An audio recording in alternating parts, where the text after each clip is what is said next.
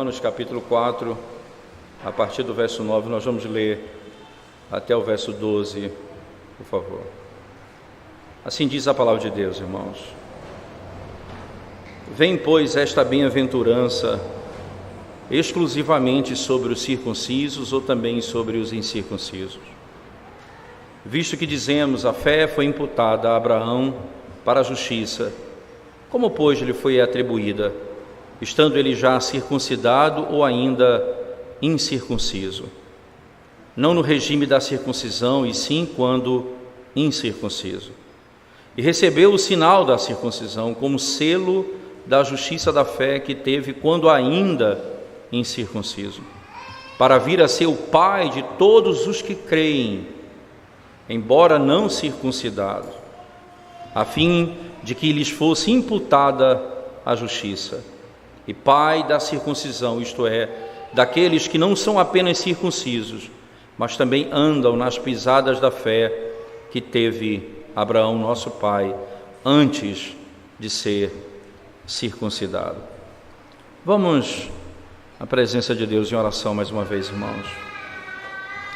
Senhor nosso, quando abrimos a Tua palavra na manhã do Teu santo dia, ilumina o nosso entendimento, desvenda os nossos olhos, exalta o Teu nome, edifica a Tua igreja pelo poder do Teu Espírito Santo. É que nós te pedimos, Senhor, em nome de Jesus. Amém. O apóstolo Paulo, irmãos, aqui na carta de Romanos, ele está trabalhando talvez um dos temas mais complexos acerca da doutrina da salvação pela graça. Paulo está explicando e mostrando aos judeus com toda clareza que tudo aquilo que eles praticavam e realizavam como ordenança divina não era e nunca foi o fundamento da salvação deles. Eles não poderiam confiar na sua própria obediência para ser salvo.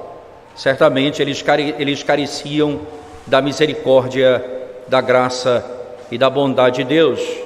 Nesse particular, e aqui é importante nós frisarmos isso, o apóstolo Paulo vem corroborando argumentos, vem trazendo argumentos em cima de argumento, para mostrar para os judeus, especialmente, e aos gentios, que todos estavam encerrados no pecado e ninguém poderia ser salvo por sua própria obediência, tanto os gentios quanto os judeus.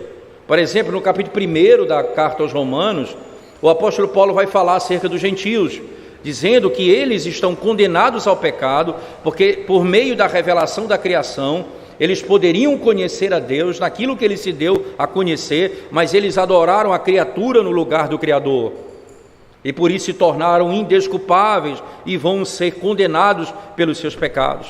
Então começa o capítulo 2, e Paulo agora se dirige aos judeus, e os judeus que olham para os gentios, que são pagãos e idólatras, e dizem assim: nós somos melhores do que vocês, a solução para o problema é a nossa moralidade, é a nossa obediência, é a nossa ética. Então o mundo está perdido porque nós vivemos uma vida diferente deles.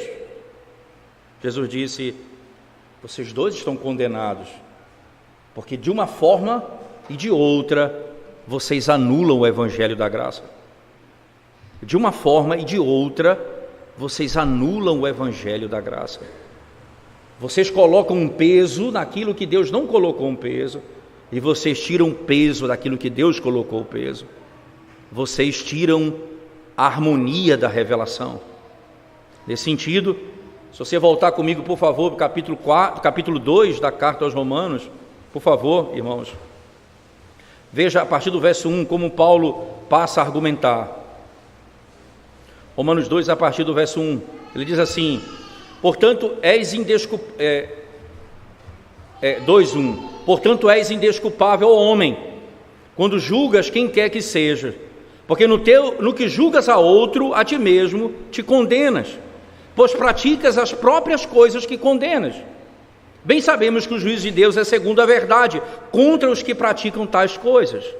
Entenda isso: quem julga é Deus, segundo o padrão que Ele estabeleceu, não segundo o padrão que você estabeleceu. Mas há uma verdade nisso: você vai julgado segundo a medida que você julga os outros. É o que Paulo está dizendo. Da maneira como você julga os outros, você vai ser julgado assim também. E argumente, preste atenção no argumento que se segue. Tu, ó homem, que condenas os que praticam tais coisas e fazes as mesmas coisas, pensa que te livrarás do juízo de Deus? Ou despreza a riqueza da sua bondade e tolerância e longanimidade, ignorando que a bondade de Deus é que te conduz ao arrependimento? Mas segundo a dureza do teu coração impenitente, acumulas contra ti mesmo ira para o dia da ira e da revelação do justo juízo de Deus, que retribuirá a cada um segundo o seu procedimento. A vida eterna aos que, perseverando em fazer o bem, procuram glória, honra e incorruptibilidade, mas ira e indignação aos facciosos que desobedecem à verdade e obedecem à injustiça. Tribulação e angústia virão sobre a alma de qualquer homem que faz o mal, ao judeu primeiro e também ao grego.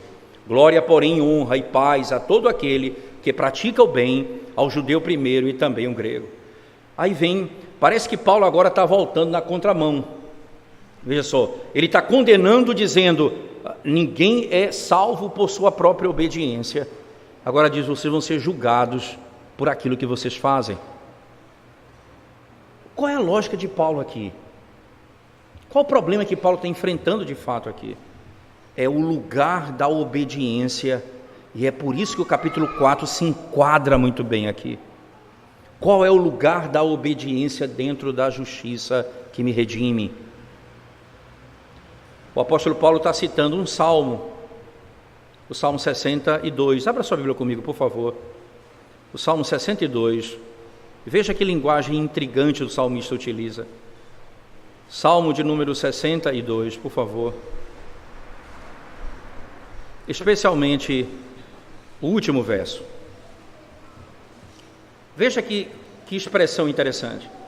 A ti, Senhor, pertence a graça, pois a cada um retribuis segundo as suas obras. Como é isso? A graça pertence ao Senhor, mas Ele vai retribuir cada um segundo a sua obra? Ou é graça ou é obra?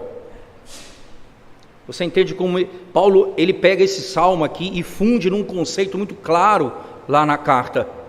Ele vai julgar cada um segundo as suas obras. Nós acabamos de sair do capítulo 1 de Romanos, onde Deus diz o seguinte: por meio daquilo que eu fiz, isto é, o que saiu das minhas mãos, vocês deveriam saber que eu sou Deus. Aqueles que são meus, por aquilo que sai das suas mãos, deveriam revelar quem eles são. O que significa exatamente isso, irmãos? O fruto de uma árvore não é o fundamento da vida da árvore, é a certeza de que aquela árvore está viva. Preste atenção. O fruto de uma árvore não é o fundamento da vida daquela árvore, mas é a certeza de que aquela árvore está viva. O fundamento estão nas raízes dela. Quando a Bíblia diz que você vai ser julgado pelo que você faz, ela não está dizendo que são as tuas obras a base da tua justiça. Ela está dizendo que as tuas obras, elas serão produzidas porque a vida será manifestada em você. Ela não é o fundamento da tua salvação, mas é a manifestação clara de que a vida habita em você. Mas você nunca vai ser salvo por aquilo que você faz. Você nunca vai ser salvo por sua própria obediência. O fundamento da tua redenção não é a tua obediência, mas a graça em Cristo Jesus. Na sequência do capítulo 2 ainda da carta de Paulo aos Romanos, por favor, volte comigo para o texto de Romanos. Paulo continua no seu argumento, verso 17, por favor. Se porém tu que tens por sobrenome judeu, e repousas na lei, e te glorias em Deus, que conhece a sua vontade, aprovas as coisas excelentes, sendo instruído na lei, que estás persuadido de que és guia dos cegos, luz dos que se encontram em trevas, instrutor de ignorantes, mestre de criança, tendo na lei a forma de sabedoria e da verdade. Tu, pois, que ensinas a outra e não te ensinas a ti mesmo? Tu que pregas que não se deve furtar, furtas. Dizes que não se deve cometer adultério e cometes. Abominas os ídolos e lhes roubas os templos. Tu que te glorias na lei, desonras a Deus pela transgressão da lei. Pois como está escrito, o nome de Deus é blasfemado entre os gentios por vossa causa. O que é que o judeu se gloria, irmãos? A Jesus vai ensinar isso lá no Evangelho. É o que Paulo está dizendo aqui. Ouviste o que foi dito pelos antigos: não adulterarás. Então, eles não adulteravam. Eles não se deitavam com a mulher que não era sua. Mas o pensamento deles era impuro. Jesus disse: se você olhar com um olhar impuro, você adulterou. Você não pode se tornar justo pela obediência da lei, porque eles pecam expressamente e você internamente. Se você acha que é redimido porque guarda a lei externamente, você não conhece a Deus. Você não conhece a Deus. Jesus disse: ouviste que foi dito pelos antigos: não matarás. Mas se você odiar, você é um assassino.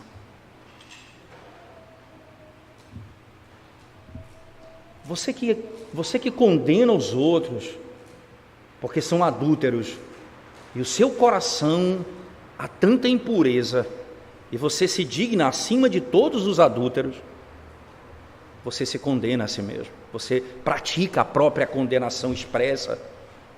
E aqui eu preciso dizer isso com toda clareza, irmãos. Por que isso é condenável? Porque o padrão de justiça é o menos mal. Onde é que eu encontro paz no meu coração como pecador? Quando eu encontro alguém que peca mais do que eu. Eu comparo a minha justiça com a dele. É assim que eu encontro paz na minha vida. Quando eu vejo alguém que pratica coisas distintas da minha e que são mais iníquas, eu não pratico isso, eu não pratico aquilo. Um dia eu conheci um colega de ministério que me disse algo que foi chocante. Ele disse assim: pelo menos eu não sou igual Davi, que adulterou. Eu já vi gente usar a história de Davi para praticar adultério. Agora a pessoa dizer que é mais justo ainda é algo que me chocou. Pelo menos eu não sou igual Davi.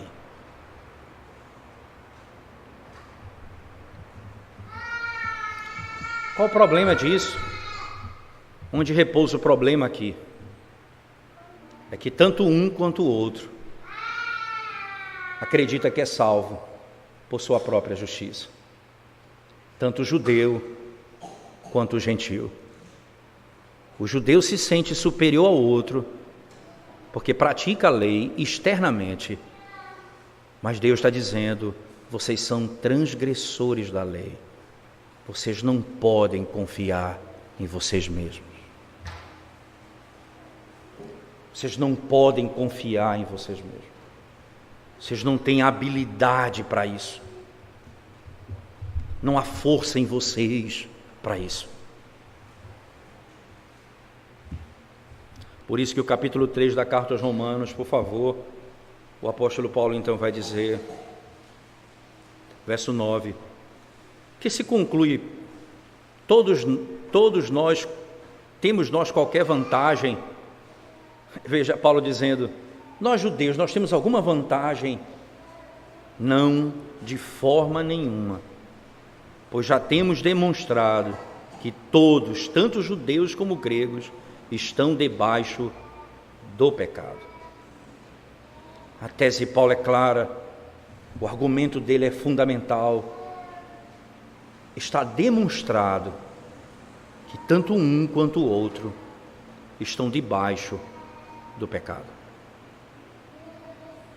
Qual é a lógica disso? Verso 19: ora, sabemos que tudo o que a lei diz, aos que vivem na lei o diz, para que se cale toda a boca e todo mundo seja culpável perante Deus.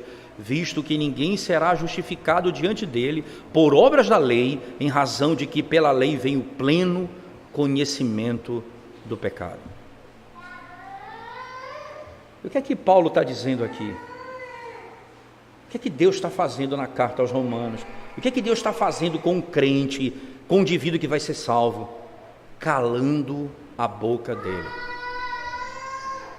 É engraçado que Paulo vai começar a mostrar os argumentos da rebeldia do coração. Então nós vamos viver no pecado para que a graça se manifeste. Ele vai, não, ele vai calando todo argumento, para que todo mundo se cale e chegue o momento que você não tenha o que dizer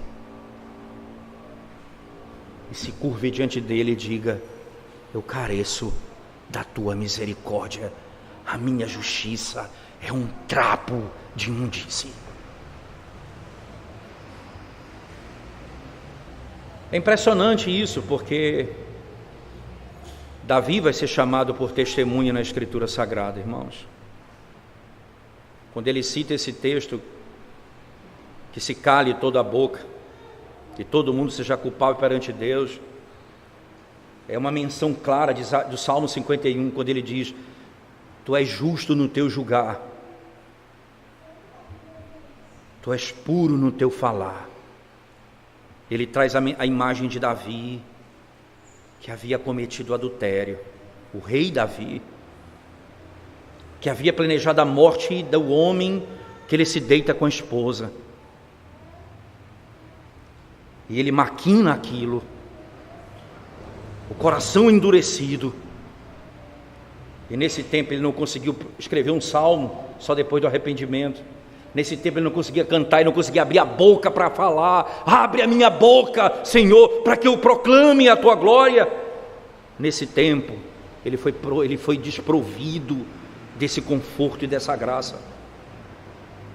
E nesse momento, quando o profeta Natan chega diante dele, lá em Samuel 12, e diz a ele uma história acerca de um homem muito rico que tinha muitos animais e um homem que só tinha um, e o rico foi e tomou o animal que era daquele que só tinha um, e o rei Davi disse: esse homem precisa morrer. O profeta Natan disse: esse homem é você. Que se cale toda a boca. Davi não retrucou, Davi não questionou: mas eu sou judeu, eu sou rei de Israel, eu tenho tanta coisa que eu posso dizer o que eu fiz, eu trabalhei nisso, Ele se joga aos pés e diz: e eu pequei contra Deus. O exemplo mais glorioso da história. A boca se cala e só se abre para dizer: tu és justo, eu sou indigno. Tu és perfeito, e eu sou digno de condenação. Tem misericórdia de mim. Que se cale toda a boca. Ninguém retruque, ninguém fale de volta.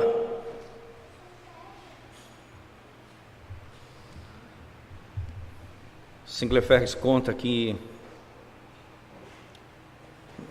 na história da Escócia, que quando mataram uma das Marias, das rainhas da Escócia, e uma delas teve a sua cabeça cortada, ele diz: isso não se fala em todo lugar. Conta-se que depois da cabeça cortada ainda a boca dela ficava mexendo. Na medicina se tem uma explicação para isso, tem um nome para isso. A pessoa às vezes já morreu e os músculos ainda estão se movendo. Ele disse, na plateia que ele estava na igreja, ele disse: eu sei que médicos vão explicar isso, mas eu preciso só usar essa figura para lhe mostrar uma coisa clara. É assim que o homem é.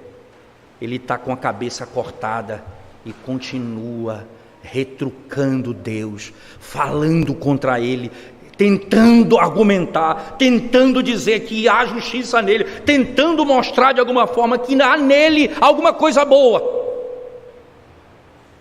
E Paulo está dizendo que se cale toda a boca, cessem os teus argumentos. Tanto um quanto o outro estão perdidos. Tanto judeu quanto grego estão condenados. Não há esperança para eles na sua própria justiça. Na sequência do texto, por favor, no capítulo 3 ainda, a partir do verso 21, ele diz: mas agora sem lei se manifestou a justiça de Deus, testemunhada pela lei e pelos profetas. Justiça de Deus mediante a fé em Jesus Cristo, para todos e sobre todos os que creem, porque não há distinção, pois todos pecaram e carecem da glória de Deus, sendo justificados gratuitamente por sua graça, mediante a redenção que há em Cristo Jesus, a quem Deus propôs no seu sangue como propiciação mediante a fé, para manifestar sua justiça, por ter Deus, na sua tolerância, deixado impunes os pecados anteriormente cometidos. No verso 27, por favor, onde, pois, a jactância foi de toda excluída. Por que lei das obras? Não, pelo contrário, pela lei da fé. Concluímos, pois, que o homem é justificado pela fé, independente das obras da lei. Veja o argumento de Paulo. Concluímos, e aqui a leitura simples do texto, ele está mostrando um raciocínio lógico, onde ele vem trazendo os fundamentos, e no final ele traz uma conclusão. Qual a conclusão que nós chegamos? A conclusão é que o homem é justificado pela fé, independentemente das obras da lei.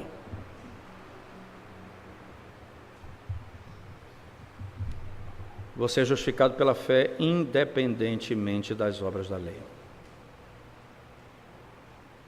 Paulo pergunta: onde, pois, há a jactância?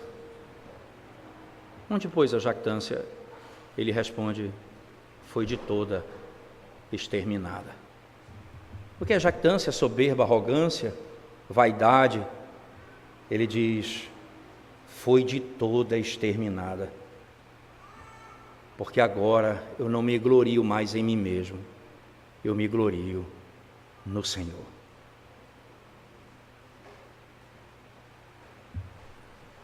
Eu não confio mais na minha própria justiça, eu confio na justiça do Senhor. Eu não confio mais na minha força, eu confio na força do Senhor.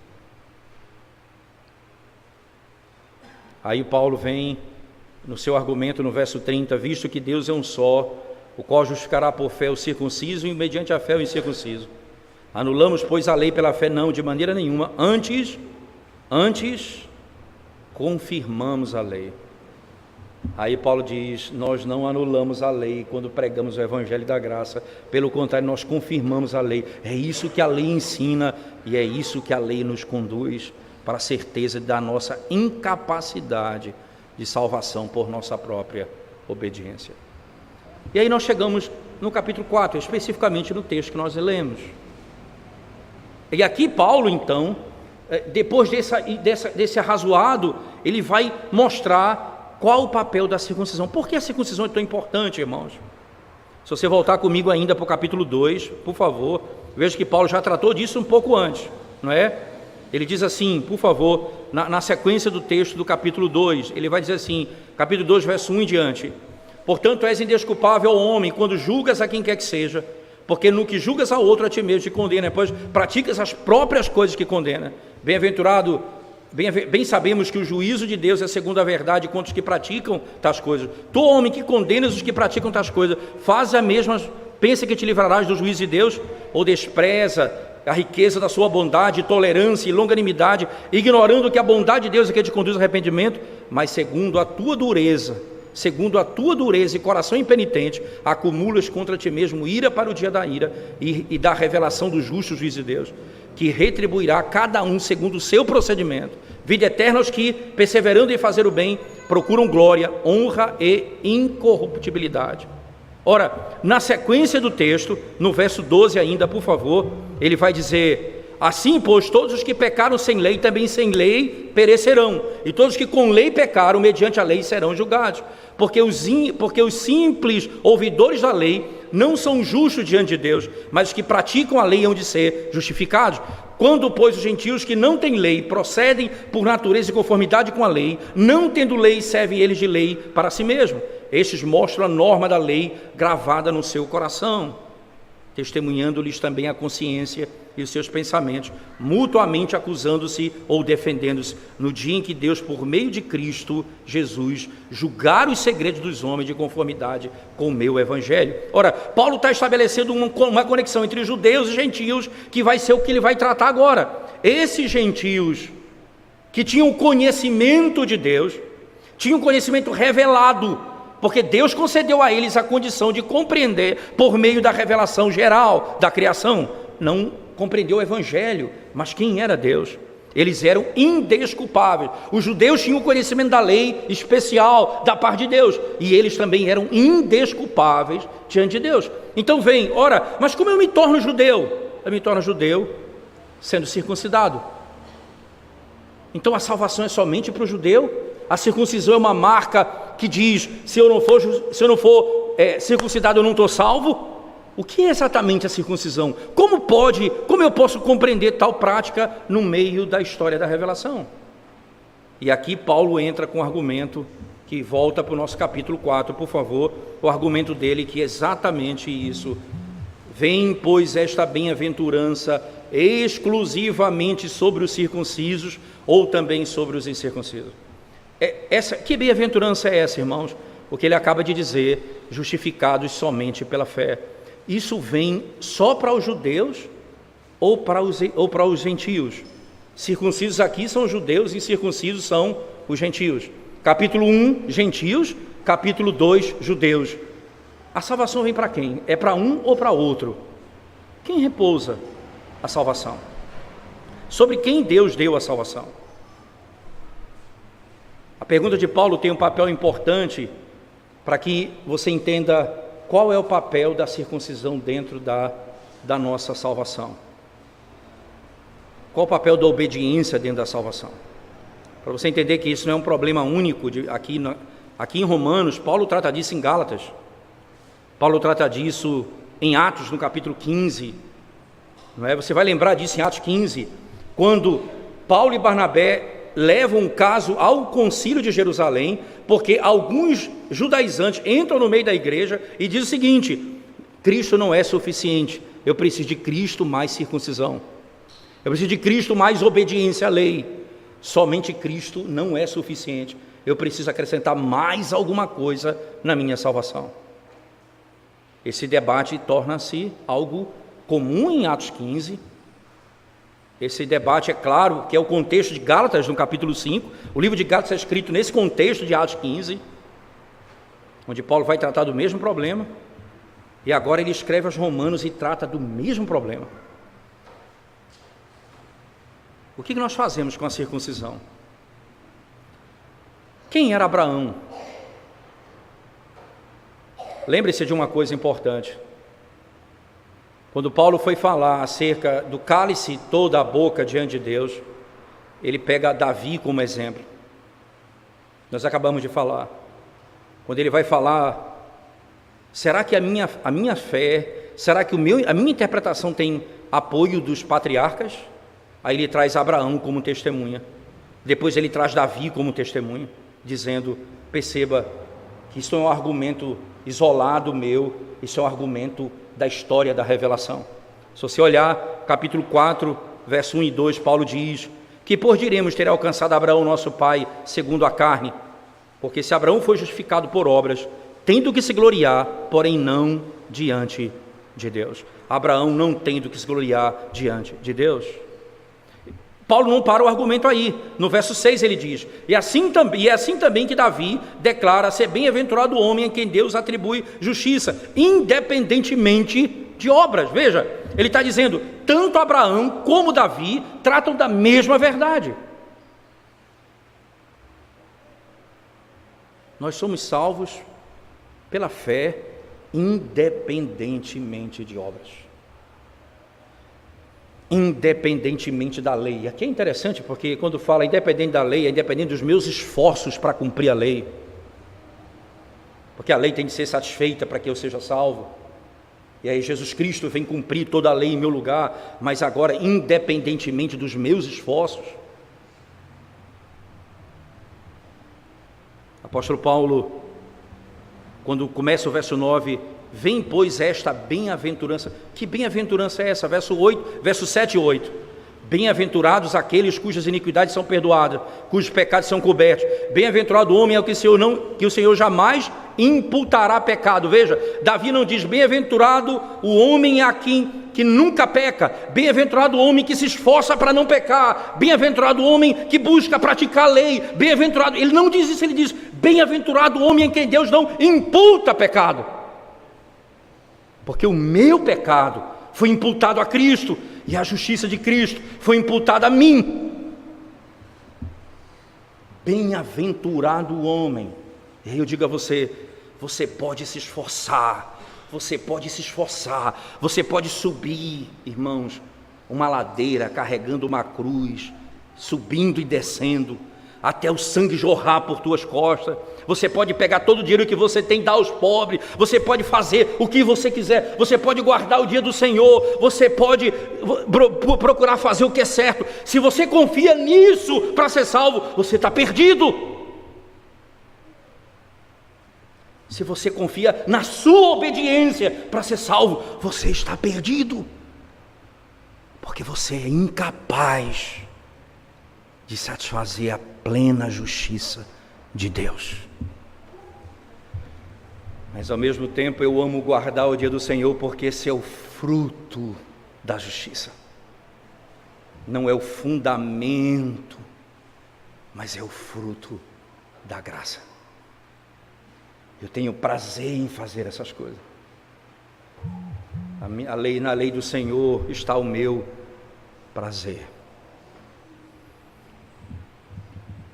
a minha satisfação. Ela não mais foi me entregue por Moisés, essa lei, ela foi entregue por Cristo.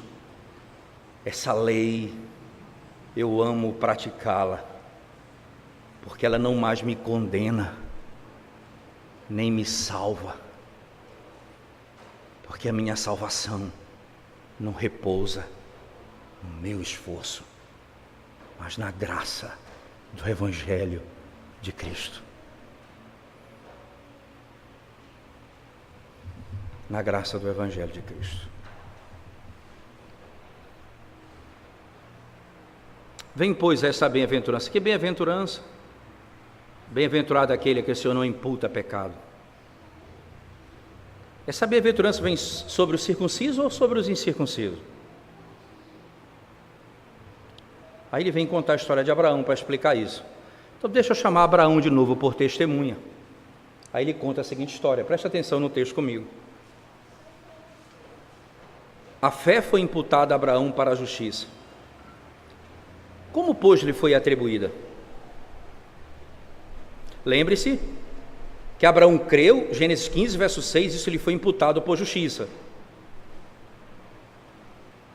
Mas como foi que Abraão creu? Ele pergunta, estando ele já circuncidado ou ainda incircunciso? Paulo vai dizer, claro, quando ele era incircunciso. Ele era um gentio, ele era um pagão. E Deus disse, deixa a tua terra e a tua parentela e vai para uma terra que eu te mostrarei. No nome do teu filho será chamada a tua descendência. Ele creu no Senhor. Ele não creu apenas no filho dele, ele creu na promessa do Redentor que viria por meio da sua descendência. Ele não foi salvo porque creu no filho dele, é porque ele creu em Cristo. Diz o Senhor próprio Jesus Cristo, diz no Evangelho de João, ele viu o meu dia e se alegrou.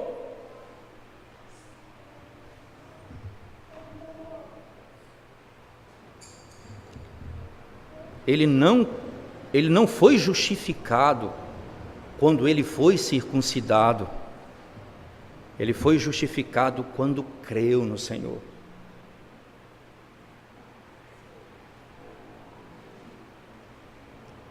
E ele só foi circuncidado 12 anos depois.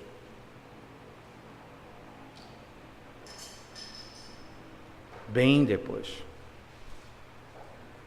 A justiça que redimiu Abraão não foi quando ele obedeceu à lei da circuncisão, foi quando ele creu nas promessas do Senhor. É por isso que o Evangelho, ele é tanto para o judeu quanto para o gentio. Porque é pela fé. Todo aquele que crê no seu nome é salvo. Como, pois, lhe foi atribuída, estando ele já circuncidado ou ainda incircunciso? Não no regime da circuncisão, e sim quando incircunciso. E recebeu o sinal da circuncisão, como selo da justiça da fé, que teve quando ainda incircunciso. E o que foi a circuncisão? Um selo da justiça da fé. Preste atenção, irmãos. Um selo da justiça que vem por meio da fé. Não é a justiça que vem por causa da fé, porque aí a fé, ela se torna obras. Esse é o grande erro que nós cometemos, não é? Esse talvez seja um dos grandes erros que comumente nós cometemos nesse particular. Deixa eu lhe mostrar algo que me chama muita atenção quanto a esse assunto, irmãos. Como as pessoas entendem fé normalmente, não é? Se você perguntar para alguém assim na igreja, normalmente, o que é que garante que você é salvo? O que é que garante que você é redimido no Senhor? As respostas são mais variadas, mas vou colocar 3, normalmente usadas. Porque eu tenho tentado fazer o meu melhor como um cristão. O que é isso, irmãos? Quando alguém responde, por que você é salvo? Eu digo, eu tenho buscado fazer o meu melhor. O que é isso que eu estou dizendo? Eu sou salvo por obras. Você que condena o espírita, você se torna condenável como ele. Você que condena um católico romano, você se torna condenável como ele. Quando diz, eu sou salvo, porque eu tenho buscado fazer o meu melhor. Eu dou o dízimo de tudo que eu ganho, eu jejuo 2 vezes por semana, eu não sou ladrão, eu não roubo ninguém. Você precisa urgentemente conhecer a Cristo. Você está perdido, irmão. Você precisa urgentemente conhecer a Cristo. A tua alma está em risco. Mas vem a segunda resposta comumente utilizada. Eu creio em Deus e faço e tento fazer a vontade dEle. Eu creio em Deus e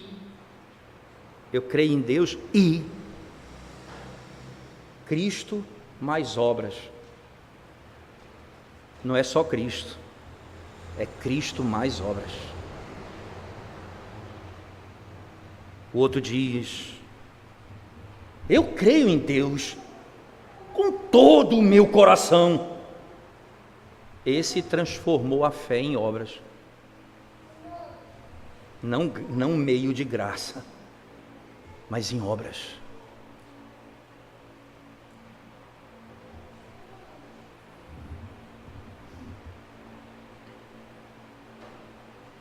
Por que você é salvo? Porque única e exclusivamente eu dependo de Cristo, meu Salvador. Única e exclusivamente. Eu dependo de Cristo, meu Salvador.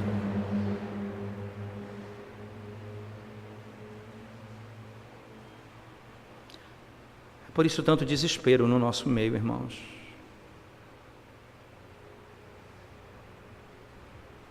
Às vezes chegam jovens na igreja dizendo: pastor, eu estava 6 meses sem cometer esse pecado,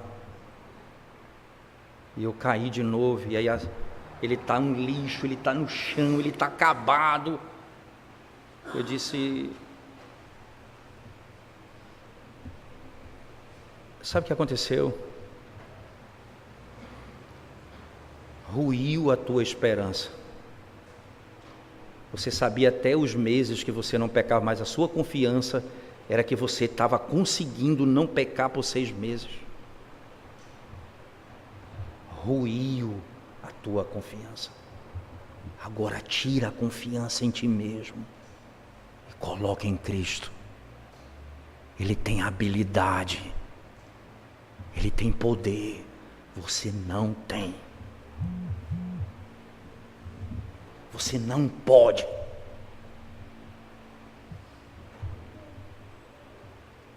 Por isso, arrogância espiritual.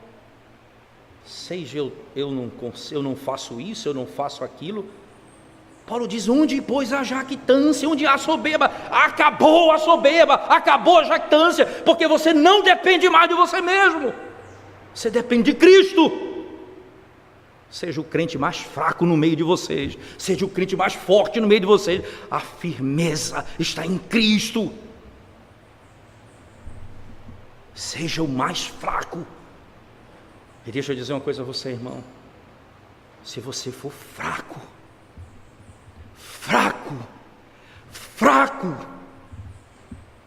mas se você colocar a esperança, um fio de esperança, mas se for somente em Cristo, a tua esperança for somente Ele e mais ninguém, essa tua fé fraca é perfeita,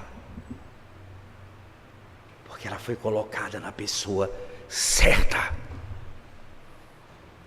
foi colocada em Cristo, e Ele é poderoso para te salvar.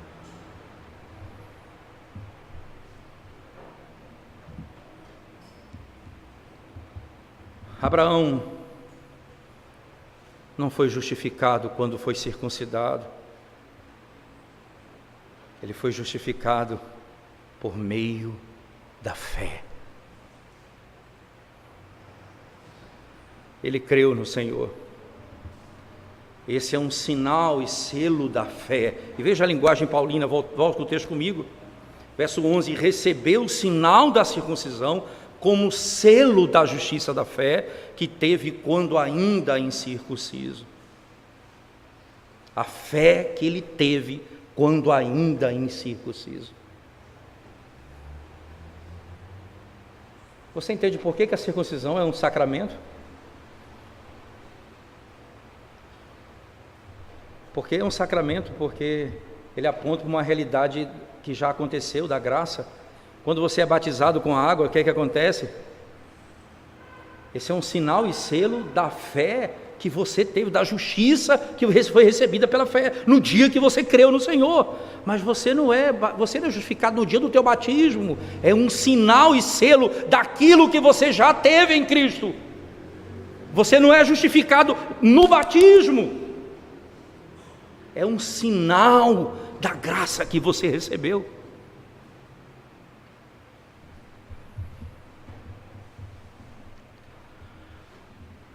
É por isso que a nossa salvação não repousa nos sacramentos da ceia e do batismo. É por isso que se assenta à mesa e é batizado aqueles que creram no Senhor Jesus. Por isso que não é dado aos ímpios, porque a mesa do Senhor, ela não produz fé salvadora. Paulo disse: a fé vem pelo ouvir a pregação da palavra de Cristo.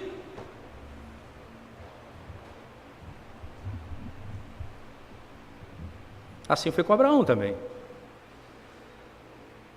E agora veja o detalhe do texto: recebeu um sinal da circuncisão como selo da justiça da fé que teve quando ainda incircunciso. O selo da justiça da fé. Entende, irmãos? A justiça que procede, que vem por meio da fé. O batismo não é um sinal de que ao ser batizado você é justificado, é um ato que garante que você é salvo. Preste atenção nisso. É um sinal da justiça que veio por meio da fé, que você creu anteriormente. Dessa maneira, o batismo não é um sinal de que todo aquele que recebe a água do batismo vai ser salvo, ou foi salvo de verdade. É um sinal claro de que todo aquele que teve a verdadeira fé foi justificado. É por isso que você faz isso tanto com adulto quanto com criança. Porque o dia que ele crê no Senhor Jesus, ele vai ser justificado. Então você põe a água do batismo na infância. Porque não é porque ele creu, é um sinal que quando ele crê, é um sinal claro do Senhor. Não é a certeza de que quando você recebe a água do batismo, por isso ele está dizendo, não foi aqui que ele foi justificado quando creu. E recebe um sinal do selo da justiça. Veja, é um sinal de que pela fé ele foi justificado. Logo, em que sentido eu batizo os meus filhos? Para que eles possam com seus lábios crer no Senhor. Quando eles crerem no Senhor e declarar isso, o sinal se tornou uma realidade. É por isso que no mesmo dia, em Gênesis 17, que Deus institui a circuncisão, Ele ordena que seja circuncidado os filhos a partir de 8 dias de nascido. Não só Abraão, com toda a tese do argumento aqui, mas os filhos dele foram circuncidados, porque o princípio é o mesmo. Estão debaixo do mesmo princípio, são filhos da aliança, debaixo do pacto que Deus fez, que salvaria o seu povo por meio da justiça da fé. Eu gosto muito dessa linguagem paulina, da maneira como ele estrutura esses termos. Por exemplo, no capítulo 1, Paulo diz uma coisa bem intrigante, veja, no capítulo 1 da carta aos Romanos, veja a lógica de Paulo no seu argumento. Ele diz assim, a partir do verso 5, ele diz assim, por intermédio de quem viemos a receber graça e apostolado por amor do seu nome, para o quê? A obediência da fé, obediência por fé. É que alguma Bíblia coloca obediência da fé. O que é obediência? O que é obediência da fé? O que é justiça da fé? Obediência da fé? Por que eu recebo? Por que a obediência tem aqui a ver com isso? É a obediência que procede da fé, não é a fé que procede da obediência. É a obediência que vem da fé,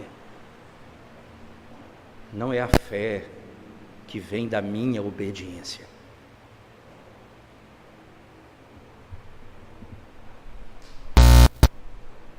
É a justiça da fé.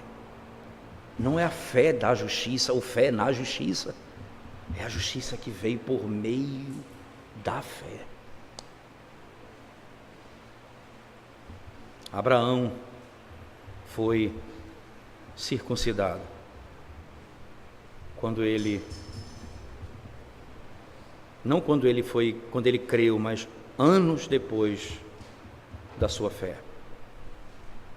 E para que isso, irmãos?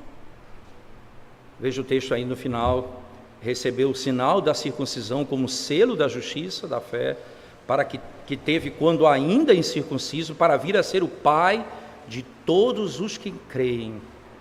Você entende quando diz que Abraão é o pai da fé? Embora não circuncidado, até mesmo dos gentios ele é o pai.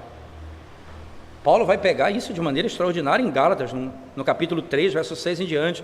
Paulo vai dizer assim, porque Deus pré-anunciou o evangelho da justiça pela fé a Abraão, quando disse, em ti serão benditas todas as famílias da terra. Quando Deus chama Abraão, já diz, os gentios serão justificados da mesma forma pela fé. Ele é o Pai de todos os que creem, não só dos judeus, mas também dos gentios. As promessas que foram dadas aos judeus são nossas por meio da fé. Verso 12, e pai da circuncisão, finalzinho do verso 11 ainda, ele diz, embora não circuncidados, a fim de que lhes fosse imputada a justiça. Veja, ele é o pai dos que creem, até mesmo daqueles que não foram circuncidados, veja só, a fim de que lhes fosse imputada a justiça, não justiça própria, mas justiça que procede de Deus em Cristo Jesus. E pai da circuncisão, isto é, daqueles que não são apenas circuncisos, mas também andam nas pisadas da fé que teve Abraão, nosso pai, antes de ser circuncidado. Ora, ele é pai dos judeus, que são justificados pela fé, que é justiça que é imputada a eles, e pai dos judeus, que andam na mesma pisada dele, que creu antes de ser circuncidado. Paulo fecha o argumento dizendo, ele é pai dos judeus, ele é pai dos gentios, ele é pai de todo aquele que crê que a sua salvação não é por meio da sua justiça, mas por meio da justiça de Cristo, que vem pela fé em Cristo Jesus.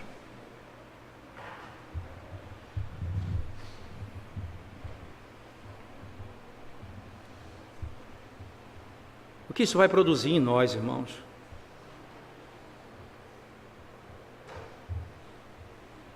É necessário tirar tanta erva daninha da pregação do Evangelho.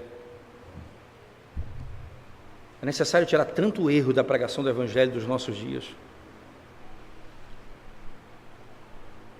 para que Cristo, somente Cristo, seja visto. E a minha esperança esteja somente nele. Para que depois, fundamento lançado, a obediência tenha o seu lugar, a santificação encontre o seu lugar, a retidão, tudo isso Paulo vai encaixar a partir dos capítulos seguintes da carta aos Romanos. Cada coisa, mas ele diz, tira todo e qualquer fundamento que não é Jesus Cristo. Estabelece Cristo tão somente. Agora, a santificação, a obediência à lei, ela vai encontrar o seu lugar dentro dessa estrutura. Mas tudo começa com a plena certeza de que eu não confio mais em mim mesmo. Eu não mais confio em mim mesmo. Foi embora toda e qualquer possibilidade de convicção, de salvação por justiça pessoal. Se a fé é igual a obediência, irmãos, você está colocando sua fé em você mesmo e nas suas habilidades. Isso levará você à arrogância e à soberba, ao ódio a si mesmo e ao desespero. Mas se a tua fé é igual à confiança em Deus, naquele que Ele enviou para ser a minha salvação, porque a justiça de Deus se revela no Evangelho, se essa é a minha salvação,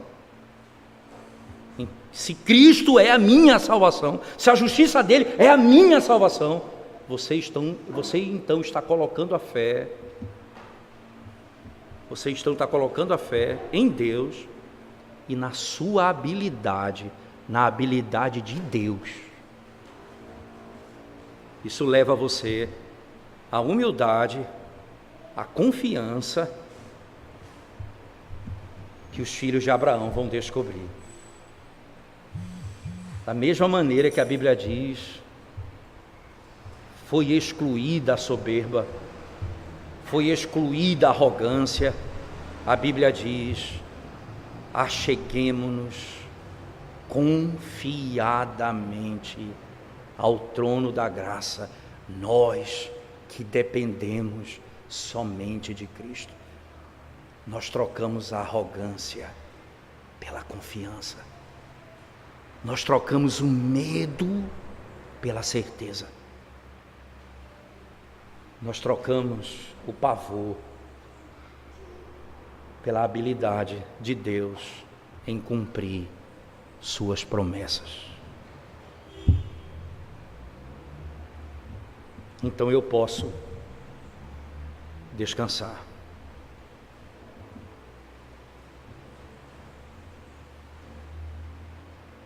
Eu posso descansar.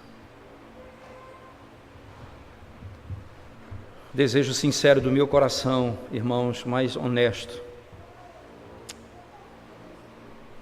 é que cada um dos irmãos que buscam ao Senhor e amam ao Senhor Jesus Cristo sempre arranque essas ervas daninhas que tentam florescer no nosso coração, que é tentar confiar em si mesmo e não no Senhor.